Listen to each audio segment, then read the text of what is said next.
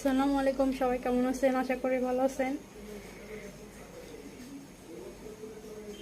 আমি আজকে আপনার সাথে কিছু কথা বলতে আসছি।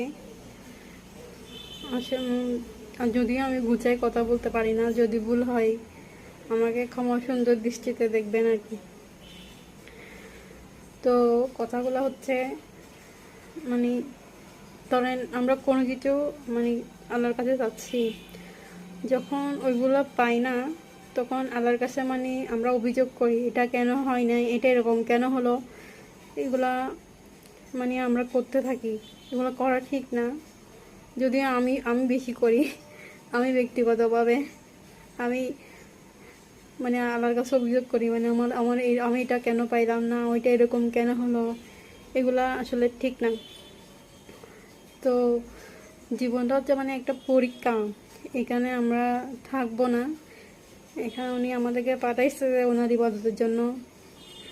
তারপর আমাদের বিপদের সম্মুখীন করে, বিভিন্ন ধরনের সমস্যার সম্মুখীন করে আমাদেরকে ধৈর্যের পরীক্ষা নেন উনি। তো ওনার পরীক্ষা যদি আমরা পাশ করতে পারি তাহলে আমরা সফল, আর যদি পাশ করতে না পারি তাহলে আমরা হেরে যাব।